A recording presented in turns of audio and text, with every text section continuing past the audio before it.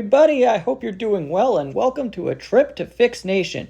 Now, full disclosure, this isn't the trip to drop off Gino. This is me going to pick up Gino, and all the driving and all the video, indeed, is being played at 2x speed. So while I am a fairly quick driver, I'm not this quick. And if you want to see the speeds I'm actually doing, play it at half speeds. But also turn the audio off, because otherwise I'm going to sound like this when I talk to you. Anywho, you find me leaving Runyon Canyon and taking a quick drive down the famous Mulholland Drive.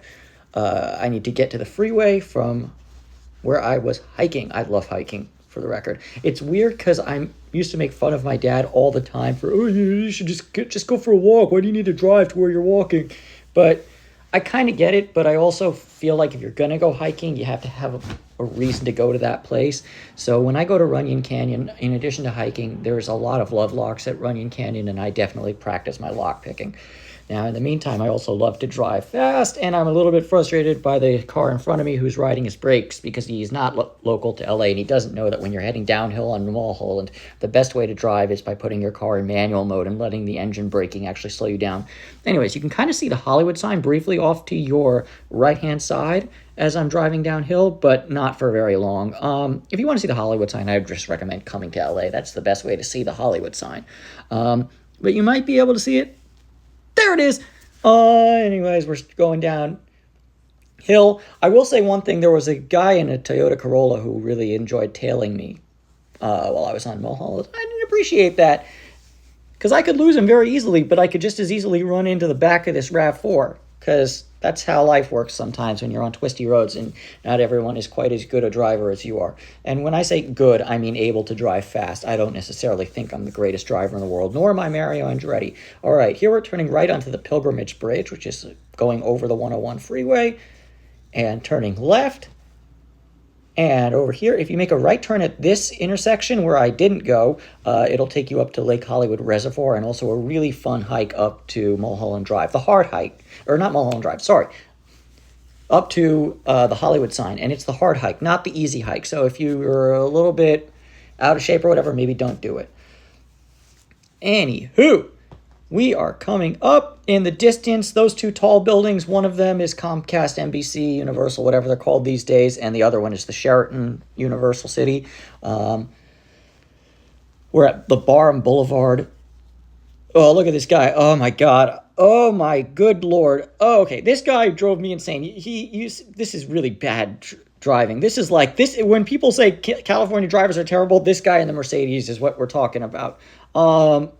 He came across 3 lanes of traffic so he could make a left turn because the only left turn lane is the lane that I'm in. It's also the only lane to go straight. So here he goes. But in this instance, it would have been much smarter for him to make a right, make a U-E legally, and then continue on his way. Wouldn't it have been? Anyways, let's hit the freeway. If you want to really get the full David Romano freeway experience, I'd recommend you put on some drift funk or something like that. Something like, punk rock, maybe Master of Puppets by Metallica. Something really, good driving song. And let's hit the freeway. I'm just kidding. It's LA and it's afternoon, so we're about to hit traffic. Told you so. You knew there was going to be traffic. All right. What I got to do, because the 101 splits between the 101 and the 170 shortly, and I need to get to the 170, so I am going to be trying to get into the left 2 lanes. There we go. 1 lane. Brake lights. Brake lights. No brake lights. There are brake lights. All right. 1 more. We're making progress, folks. We're doing good. Thought about it, but then that guy hit the brakes, so I almost stayed in that lane. Okay, let's continue. I'm the greatest driver in the world. In my mind, I am Sebastian Vettel. All right, that garbage truck needed to come in. He didn't come in quite as early as me. You see this guy in the Ford F-150? He needs to go to the 101, but he's waited a bit too long. So, in 3, 2, 1, brake lights, and now he's got to go all the way over. And I'd be more upset about it, but all the cars in front of him are stopped too. This part always packs up because people don't know how to take corners, and there's, I think, a fair bit of studying that if people see brake lights, they're going to inherently want to tap their brakes too, so it's kind of like a ripple effect. It's kind of funny to watch. I have a lot of opinions about driving because I drove a refrigerated delivery van for many years because I had to deliver the food that I cooked to various houses. As a matter of fact, you see this white Ford Transit Connect that's in the second to left lane. I'll pass it in a second, but I used to actually drive a Transit Connect refrigerator van, and every time I go past a white Transit Connect, I kind of miss that refrigerator van. It was one of my favorite cars to drive of all time, and I've driven a fair bit of cars.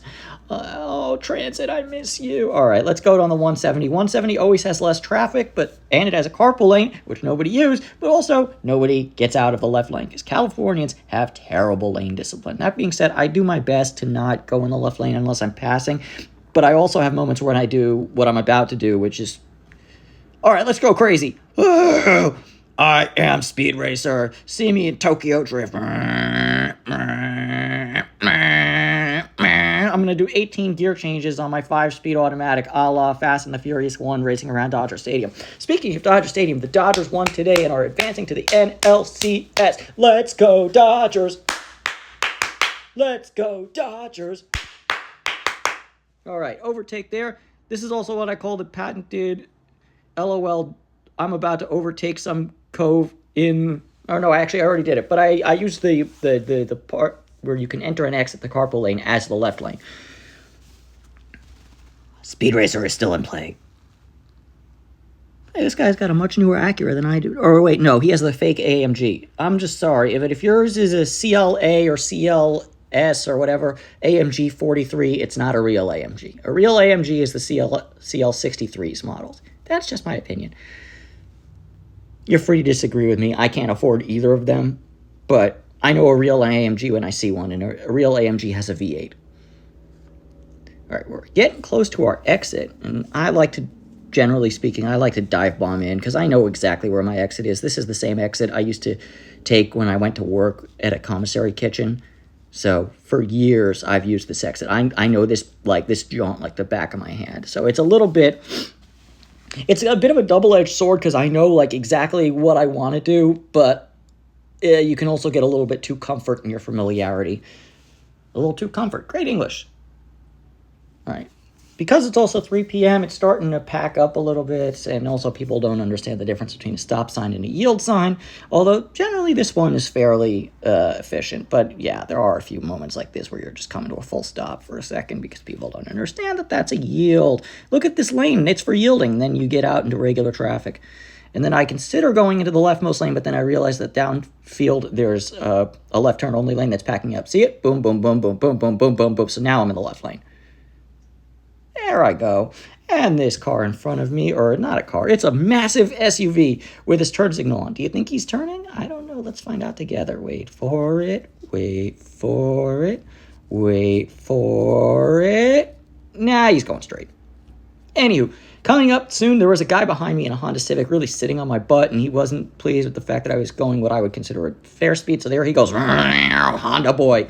Little does Honda boy know that he's behind a really slow Honda, and I am in the good Honda. And look at this.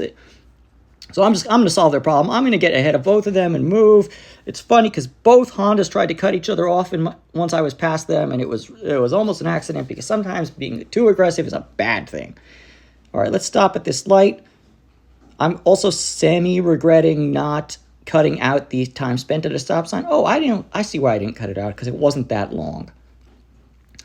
And then the big billboards that are yellow, accident or injury, call Jacob and Ronnie, call Jacob. I should really have gotten in the left lane because I know this bit. There's a lot of stores here, Home Depot, Public Storage, there's a Costco, yada, yada, yada. So a lot of people are stopping and making right, and it's really advantageous to be in the left lane. Anywho, speaking of the Costco, we're coming up on that one. All right, it's on the right. This is like the valley. You'll also see there's a ton of old RVs parked on the side of the road. That's because of LA's increasing homelessness issue. Also, you cannot convince me that there isn't some slumlord buying up tons of old RVs from scrapyards and finding a way to make a buck off the poor. You know the capitalists of the world will do that. Anyway, speaking of cutting out the stop sign, I did cut out this stop sign because it was a really long wait, but there was a continuity error there. Hard chop, I couldn't do a dissolve fade. All right, Speaking of which, we're leaving. We're going past a bunch of stuff. That guy's turning off. On the right-hand side, you'll be able to see briefly Burbank Airport. It's the second largest airport in LA. It gets actually kind of a bit more of a small town feel. There are some flights, both cross-country and international. Technically, it's called Burbank International Airport, and you can fly to, I think, Mexico and Canada, but don't expect anything further. There's also a lot of business jet flights, but if you're flying into LA, it's actually a very pleasant place to fly into compared to LAX, which is the opposite of that. Also, you'll see on the streets, there are tons. This must be where the Dodge Charger, Hellcat, and Mustang Owners Club gather in the weekends to do burnouts, because there's just so much tire marks and stuff here. It is insane. Insane in the membrane. All right, we're coming up. This building over here, that's FixNation, this white building with the red stripe on the bottom. And I pulled up here initially, but I didn't like the setup because I was way far away and then I had to carry more, and also I wanted to give y'all a slightly better view. So backed up without, waiting for traffic to clear. Watch this gangster parallel parking maneuver. It's actually not that great, but I do have a bit of parking OCD, so I will spend the extra second to make sure I'm straight and lined up. And that's exactly what I'm doing right now. Yes, I am. And let's pick up the cats. All right, I'll leave it running. I'm going to go collect young Gino. Now I'm going to walk to the... Actually, no, wait, I forgot. I was potchkeying on doing something irrelevant. Probably, I don't know, checking a voicemail or something. Wait, why would a millennial check a voicemail? Hey, there I go, sexy looking guy. Not. So yeah, I had to go talk with the people. Actually, it was very, very efficient today. As soon as I walked up, they were bringing the young Gino out. So that worked out really well. Here I come with him.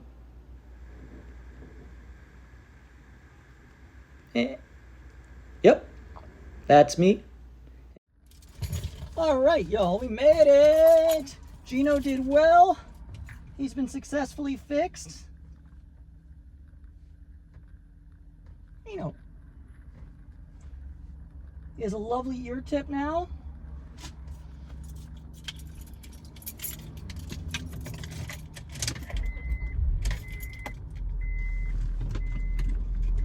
All right, and for those of you curious,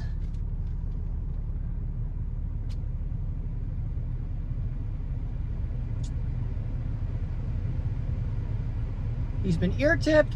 He got FVRCP 3-in-1 rabies flea control, no microchip.